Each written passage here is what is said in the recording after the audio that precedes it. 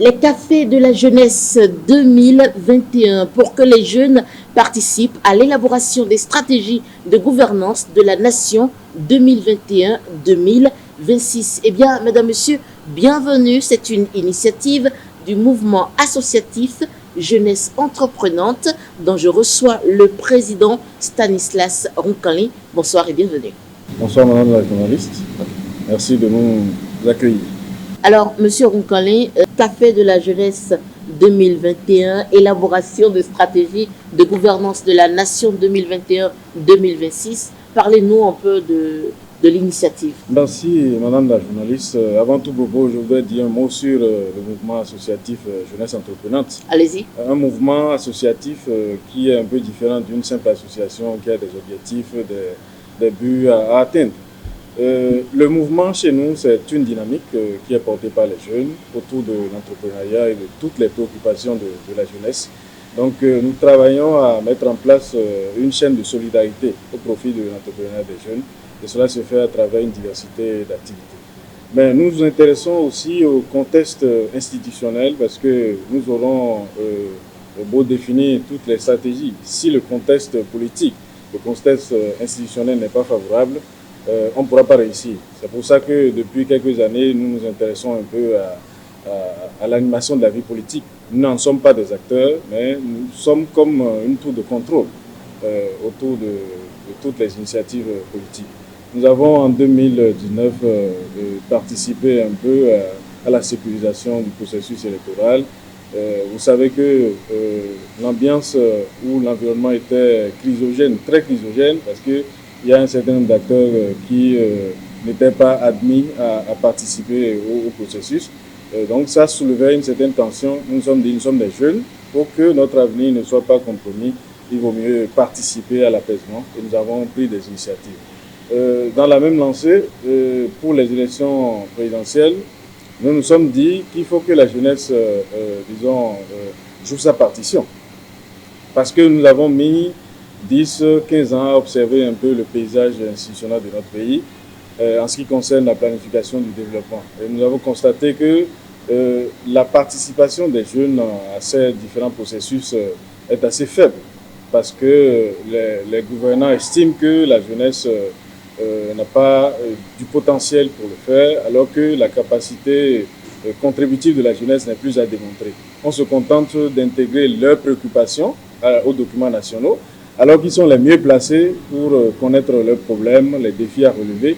Les jeunes vivent au cœur de la société, donc ils maîtrisent les problèmes, les enjeux, tout ça. C'est ce qui nous a amené à prendre cette initiative qui a mobilisé des centaines de jeunes sur toute l'étendue du territoire national. Nous avons organisé des groupes de discussion, c'est des cafés qui regroupent à chaque fois au moins une cinquantaine de jeunes et on soumet, disons, des domaines prioritaires de gouvernance à leur réflexion. Ils essayent de faire des propositions et c'est ce que nous avons fait, notamment à Abomey-Kelavi, à Abomey, à Tiémé, à Parakou. Et parallèlement, nous avons mis en place une application numérique qui permet aux jeunes de contribuer de façon virtuelle à ce document que nous avons élaboré et qui est intitulé « Élaboration du programme de gouvernance de la nation 2021-2025, les contributions de la jeunesse ». Alors, donc, la finalité de tous ces groupes de discussion, de toute cette implication dans les processus électoraux et tout, c'était pour aboutir à l'élaboration de ce guide. Exactement, parce que nous avons constaté que dans les programmes de gouvernance, vous savez, les candidats pour le marketing électoral écrivent des projets de société. Oui. Voilà. Mais les projets de société ne sont pas les documents qui sont mis en œuvre après. Ils subissent des modifications parce qu'il faut prendre en compte les inputs des autres couches de la société. C'est le candidat qui élabore son document, mais après ça devient un document national avec les contributions des autres. Donc, pour prévenir un peu la faible prise en compte des préoccupations de la jeunesse et des autres couches de la société, nous nous sommes dit qu'il faut nous réunir pour faire ces propositions-là et veiller à ce que ces propositions soient effectivement prises en compte à un premier niveau, d'abord les projets de société. C'est pour ça que nous entreprenons de rencontrer les différents candidats, les 6 candidats des 3 tickets présidentiels pour partager avec eux le contenu de ce document. Et ensuite, dès que le nouveau président de la République est élu, nous allons tout faire pour le rencontrer, lui transmettre officiellement ce document et le prier de faire en sorte que ces propositions qui, à notre avis, sont très pertinentes, que ces propositions soient prises en compte et intégrées dans l'élaboration de son plan d'action. Exactement. Alors, dans le guide que nous avons là, vous avez fait des propositions dans notamment 8 domaines. Est-ce qu'on pourrait en parler rapidement? D'accord. Alors, les 8 domaines, c'est fondamentalement l'économie, parce que sans l'économie, on ne peut rien faire. C'est elle qui nous permet de pouvoir mobiliser les ressources. Nous avons abordé aussi la culture, parce que la culture, c'est l'âme d'un peuple. Donc, on se nourrit par notre corps, mais aussi par l'esprit. Donc, la culture est très importante. Nous avons aussi le numérique, parce qu'aujourd'hui, on ne peut plus rien faire sans recourir aux outils numériques. Le numérique a infiltré tous les aspects de notre vie. Nous avons parlé aussi de la gouvernance. Parce que vous avez beau définir les stratégies, si vous ne mettez pas en place les bons outils de gouvernance, vous ne pouvez pas y arriver. Donc, l'emploi, c'est un domaine prioritaire, très important pour la jeunesse. On l'a abordé également. Et puis l'environnement, parce que nous ne pouvons pas travailler sans un cadre de vie décent. Voilà, fondamentalement, et l'éducation. Donc, au niveau de chaque domaine, nous avons proposé des actions vraiment smart, des actions réalistes, précises, mesurables dans le temps. On n'est pas allé dans tous les sens. Vous allez voir que beaucoup de choses se font déjà dans le pays. Nous n'avons pas voulu revenir là-dessus. Il faut que la dynamique continue sur ces différents chantiers-là. Mais il y a d'autres chantiers qui nous paraissent fondamentaux, très importants à conduire, que nous avons proposés. Et si vous le voulez bien, on va commencer par aborder. Oui, allons-y. Déjà, démarrons par l'économie. Voilà, par rapport à l'économie, oui. Vous savez, aujourd'hui, le taux de mortalité des nouvelles entreprises est très élevé. Oui. Il y a beaucoup d'entreprises qui naissent, mais avant la fin de la première année, ces entreprises disparaissent déjà. Oui. Parce que les mesures d'accompagnement ne sont pas en place, parce qu'il y a une pression fiscale et douanière que subissent les jeunes entrepreneurs. Ce que nous avons proposé simplement, c'est que l'État refonde la politique fiscale et douanière de notre pays. En faisant quoi? En mettant en place des paquets au profit des producteurs locaux. Parce que ce que nous constatons aujourd'hui, il y a des produits manufacturés qui viennent de l'extérieur, qui viennent concurrencer les productions locales. C'est incompréhensible. Ça devrait revenir moins cher les produits qu'on fabrique sur place. Mais c'est le contraire parce que les intrants ne sont pas à portée de coût pour ces entreprises-là. Donc il faut alléger les charges douanières pour que l'importation soit plus aisée, pour qu'effectivement ces producteurs-là puissent se mesurer aux autres. En dehors de ça, nous avons parlé de la remise de dettes aux entreprises nationales, les entreprises individuelles. Il faut que ce qu'elles doivent jusqu'à la date d'aujourd'hui, que l'État leur dise carrément, vous laissez tomber et on reprend à zéro. Ça va vraiment les relancer. C'est un peu comme un ballon d'oxygène pour ces entreprises-là. Alors, les entreprises collectives, il faut peut-être voir à peu près 75% de remise de dettes, parce qu'on estime qu'elles ont un peu plus de moyens que les entreprises individuelles. Et puis, les multinationales aussi, qui contribuent un peu à l'animation de notre économie. Il faut voir dans quelle mesure, si c'est au moins 25% d'allègement de dettes, il faut le faire.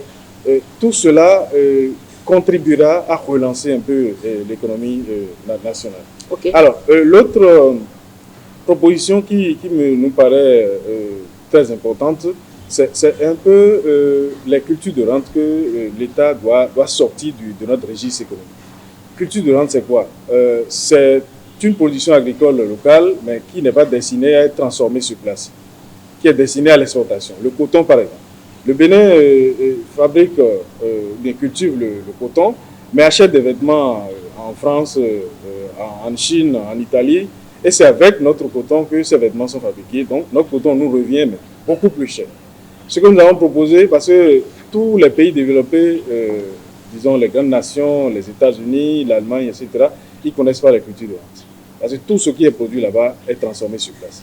Nous proposons que le Bénin ne parle plus de culture de rente et que tout ce que nous cultivons ici soit transformé. Et c'est d'ailleurs pour cela que nous saluons l'avènement des zones économiques spéciales, à commencer par Glodibé, qui va absorber toute la production locale, que ce soit dans le domaine de l'agriculture, de l'artisanat, etc., que ces zones économiques spéciales soient démultipliées. Qu'on ait une zone dans le centre du pays, une autre au nord du pays, pour que effectivement tout ce que nous produisons, nous puissions donner de la valeur ajoutée. Monsieur Stanislas Roncalli, que proposez-vous au niveau de l'éducation? L'éducation, c'est un domaine stratégique pour toute nation qui aspire au développement. C'est d'ailleurs bien que le gouvernement en place privilégie la formation technique et professionnelle. Dans la même veine, nous avons proposé qu'il y ait désormais 2 séries d'apprentissage au lieu d'une dizaine actuellement, série B, série F, série A, série D, série C, etc. etc. Nous avons proposé une série scientifique unique qui absorbe le gros lot des apprenants, peut-être 80%, parce qu'aujourd'hui, on ne peut rien faire. On ne peut pas conduire le processus de développement si nous n'avons pas des compétences pointues en sciences et en technique. Donc, au moins 80% des apprenants vont être orientés vers la seule série scientifique que nous avons. Et puis, une série littéraire unique, parce que, comme je l'ai dit il y a quelques instants, il faut nourrir le corps, mais aussi l'esprit. Et les littéraires sont là pour ça. Et nous avons proposé aussi les classes entrepreneuriales au niveau de l'éducation. Parce qu'aujourd'hui, les gens pensent que c'est l'État qui est leur solution ultime en matière d'emploi. Alors que l'État-providence a disparu depuis. Il n'y a plus cet État-là qui est pourvoyeur de tous les emplois. Donc, il faut que les jeunes, il faut que tous les Béninois aient en l'esprit que, effectivement, c'est eux qui doivent prendre en charge leur destin. Donc, ces classes entrepreneuriales dès le primaire vont permettre aux apprenants de s'approprier un peu toutes les techniques, les outils en matière d'entrepreneuriat. Et ce qui est apparu comme proposition extraordinaire à ce niveau, c'est que désormais au baccalauréat, chaque candidat doit soutenir un projet entrepreneurial personnel que nous avons appelé PEP. C'est ce que vous proposez? Exactement. Que chaque apprenant soutienne devant un jury de spécialistes un projet entrepreneurial, dit après mon baccalauréat, voici ce que je peux faire, et une agence va être créée par l'État pour l'accompagner à cette fin. Okay. Nous avons parlé de l'anglais pour terminer sur l'éducation. Vous savez, l'anglais est devenu aujourd'hui un passeport universel. Si vous voulez voyager, vous êtes obligé de parler anglais partout dans le monde. En Chine, on en parle, en Allemagne, partout, dans les pays de l'Amérique du Sud.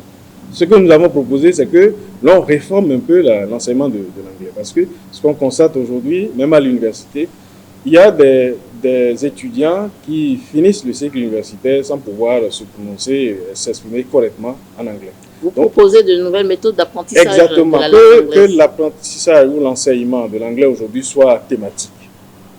Qu'on parle d'un anglais institutionnel, qu'on parle un anglais des affaires, qu'on parle d'un anglais des institutions internationales, etc. etc.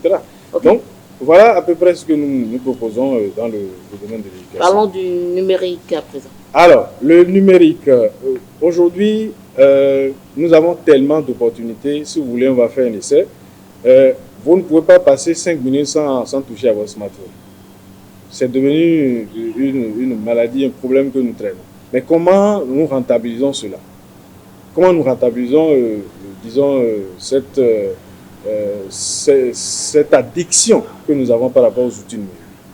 Et ce que nous avons proposé, c'est quoi? Que l'État mette au point un vivier de développeurs informatiques. C'est des gens qui sont très compétents, très agiles en matière d'outils numériques et qu'on va, disons, mettre ensemble pour nous aider à créer des applications numériques dans tous les domaines. Aujourd'hui, vous pouvez être à 100 ou même 1000 km de votre champ, de votre ferme. Vous avez la possibilité de déclencher le dispositif d'irrigation ou de drainage. C'est extraordinaire aujourd'hui. Donc, comment nous intégrons tout ça dans notre secteur productif? Quand on parle du secteur productif, c'est l'industrie, c'est l'artisanat. Donc, ces entrepreneurs, je dirais ces informaticiens, vont aider tous les producteurs béninois à disposer d'applications numériques à moindre coût pour optimiser un peu leur production. Vous avez parlé de l'emploi aussi, l'emploi sur lequel on en veut souvent au gouvernement et tout, la jeunesse pour faire des récriminations. On commence toujours par là. Dites-moi, qu'avez-vous proposé? D'abord, entendons-nous sur le mot chômeur, parce que les gens font de la confusion. Allons-y. Alors, le chômeur, avant qu'on ne parle de chômeur, 3 conditions doivent être réunies. Un chômeur, c'est celui qui a appris un métier, il faut qu'on s'entende là-dessus, qui ne trouve pas à l'exercer mais qui est à la recherche d'un emploi. C'est les 3 conditions. Si vous n'avez pas ces 3 conditions, c'est que vous n'êtes pas chômeur. Vous avez appris un métier, vous ne trouvez pas de job, mais vous êtes à la recherche d'un job. Ce que nous avons proposé, c'est que l'État enregistre déjà tous ces chômeurs au plan national. Parce qu'aujourd'hui, il n'existe pas un répertoire des demandeurs d'emploi dans notre pays. Pour un pays sérieux, un pays qui veut vraiment résoudre les problèmes de l'emploi, il faut disposer de ce répertoire. Et pas seulement le répertoire des demandeurs d'emploi, le répertoire des pourvoyeurs d'emploi et d'opportunités.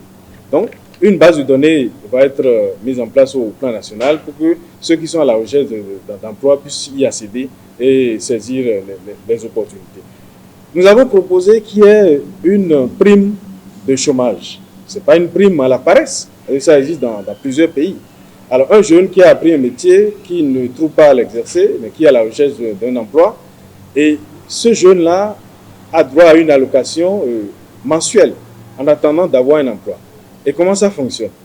L'État va fixer le montant. Alors, tous les mois, il va se présenter au guichet, mais avec la preuve qu'il a recherché un emploi sans succès, avant d'être payé.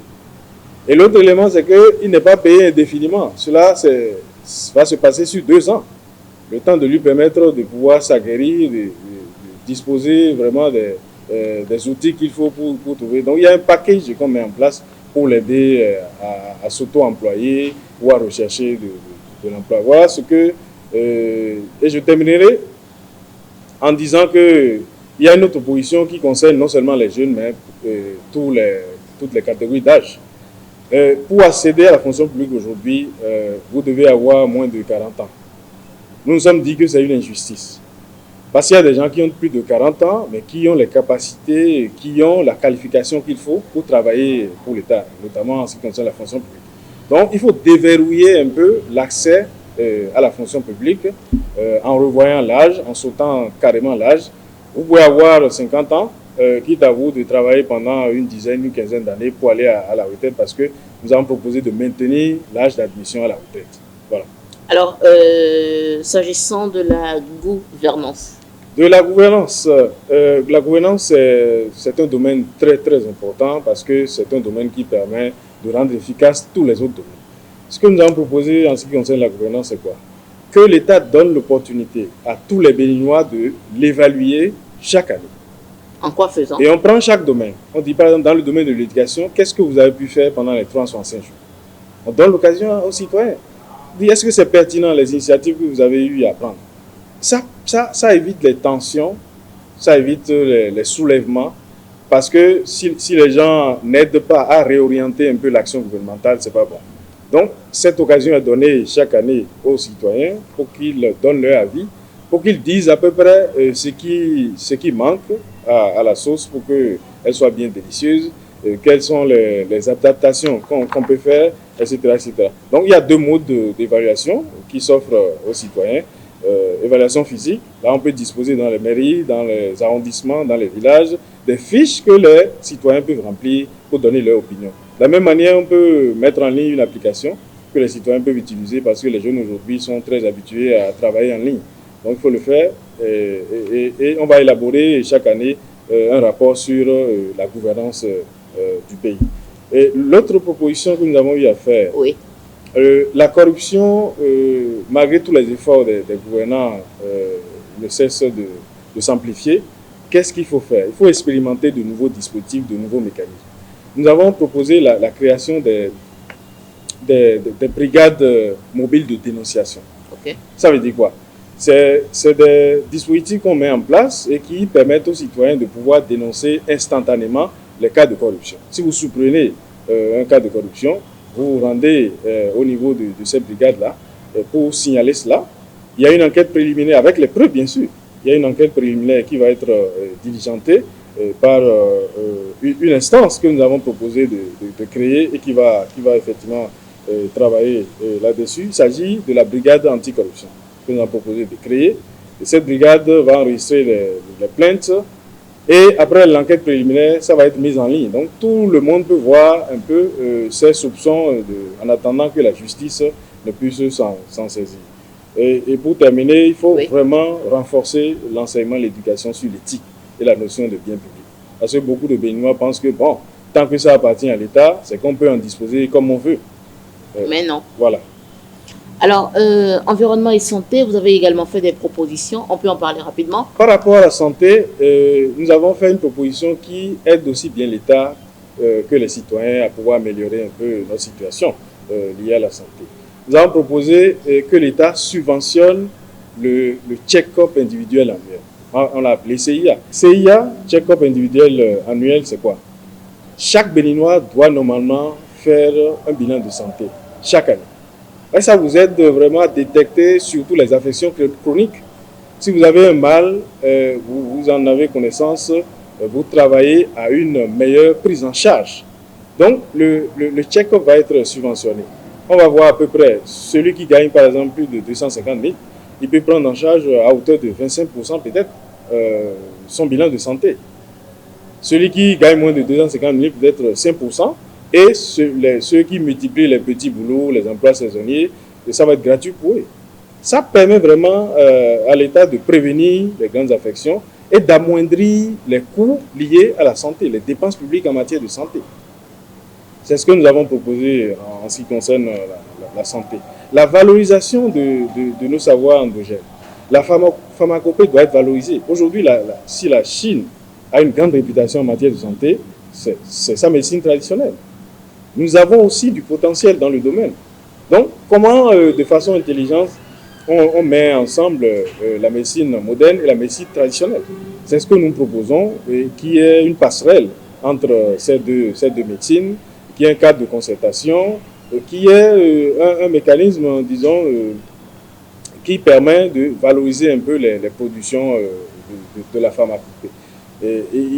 L'État peut travailler à intégrer dans les curricula universitaires des informations, des connaissances sur la pharmacopée. On peut même créer carrément une école de l'enseignement supérieur en matière de promotion des ressources de la pharmacopée. Et l'autre chose, comme vous le savez certainement, il y a plus de médecins béninois en France qu'il y en a dans notre pays. Donc il y a plein de médecins béninois qui opèrent en France. C'est des manques à gagner pour nous.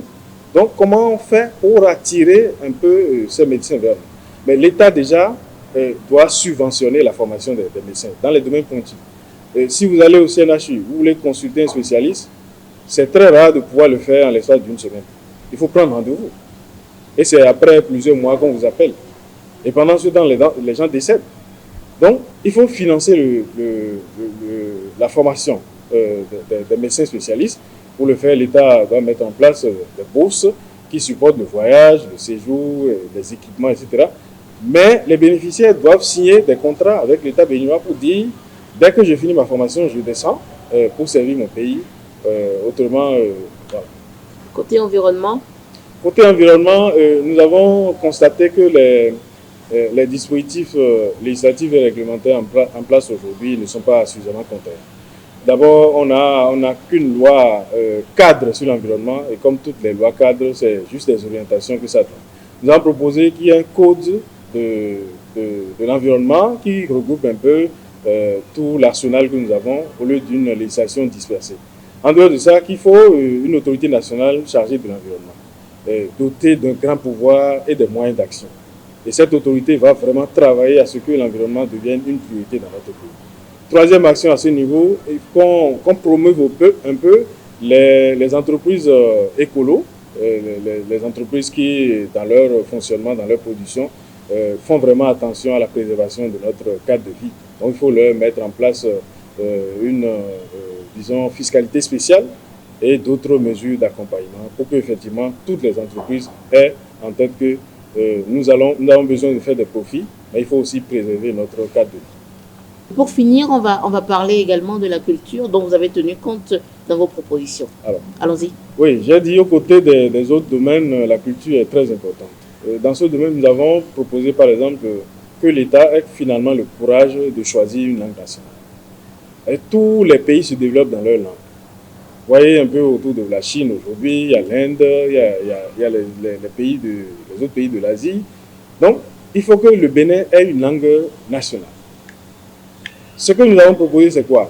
À défaut d'une décision gouvernementale, d'une décision politique, il faut que l'État organise un référendum. Là, on choisit une langue majoritaire dans le nord, une langue majoritaire dans le centre et une langue majoritaire dans le sud du pays. Alors, les Béninois iront aux urnes pour choisir entre les trois langues. Et à l'arrivée, la langue qui aura le plus de voix sera retenue et décrétée comme langue nationale. On va mettre en place une législation là-dessus. Et partant de là, tous les Béninois sont appelés à être alphabétisés dans cette langue. Et on ira plus loin, parce que si vous demandez un passeport, par exemple, si vous avez des facilités à obtenir auprès de l'administration, on va exiger le certificat d'alphabétisation dans la langue nationale. Il n'y a que cette passerelle qui puisse nous aider véritablement à nous développer sur le plan culturel. L'autre proposition que nous avons eu à faire, c'est un peu la construction de notre vivre ensemble, la construction de notre État-nation. Parce qu'aujourd'hui, il y a trop de clivage ethnique dans notre pays. Il y a des gens qui se sentent du nord, il y en a qui se sentent du sud, il y en a qui pensent qu'ils sont du sud, du centre du pays. Donc, comment faire en sorte que tous les Béninois se sentent chez eux, partout où ils sont? Nous avons proposé d'instituer une fête nationale. Parce qu'on n'en a pas aujourd'hui. Vous allez me parler du 1er août, mais pour nous, ce n'est pas une fête nationale. C'est juste une journée qui nous rappelle un peu notre accession à la souveraineté internationale.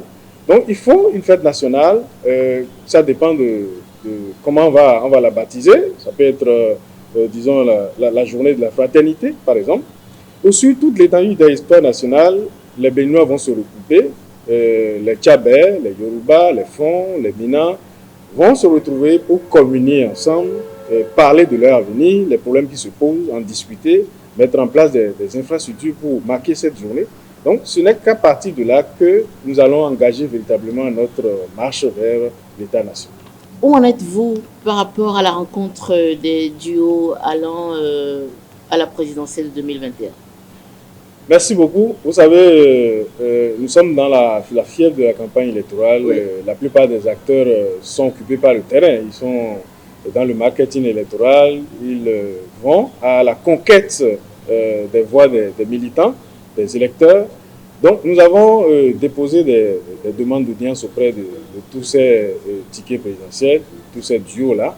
Et nous attendons la réponse. Nous sommes convaincus qu'ils vont nous appeler parce que les propositions que nous avons eu à faire tranchent avec les contenus des trois projets de société que nous avons. Nous avons eu la chance de voir un peu ce que proposent les candidats.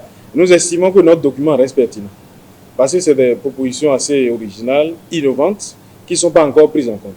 Donc nous espérons que quand ils auront un peu de temps, ils vont fouiller un peu le document, ils vont nous faire appel pour qu'on échange avec eux. Mais le plus important pour nous, c'est l'élaboration du programme de gouvernance de la nation. Une fois que le président de la République est élu, il va mettre en place son équipe. Et cette équipe va travailler à l'élaboration du programme de gouvernance qui est différent des projets de société. En ce moment-là, nous allons nous inviter au débat. Nous ferons tout pour être reçus par les autorités au plus haut niveau pour leur présenter un peu la trame de ce document et plaider pour que cela soit vraiment pris en compte. Merci Stanislas Roncanli. Nous sommes au terme de cette émission. Votre mot de fin? Je voudrais vous remercier pour cette occasion que vous nous donnez et appeler effectivement les gouvernants à tenir compte du potentiel important que représente la jeunesse. Le tout ne suffit pas de prendre en compte des préoccupations spécifiques de la jeunesse. Ce n'est pas de ça qu'il s'agit. On le fait depuis des lustres. Et la jeunesse même est devenue une donnée transversale pour tous les documents, les stratégies que nous élaborons au niveau national. Mais le problème n'est pas à ce niveau. Comment on amène la jeunesse vraiment à développer son potentiel contributif en matière d'élaboration de stratégies? Les jeunes sont capables. Nous avons eu la chance de les écouter à travers le pays. Vous ne pouvez pas imaginer. Il y a d'excellentes propositions qui émanent de ces jeunes-là. Si depuis on les associait à l'élaboration de ces documents, peut-être qu'on aurait vraiment avancé dans notre marche vers le développement. Merci Stanislas Roncanli. Je rappelle, vous êtes le président du mouvement associatif Jeunesse Entreprenante. Merci d'avoir répondu à nos questions. Merci beaucoup.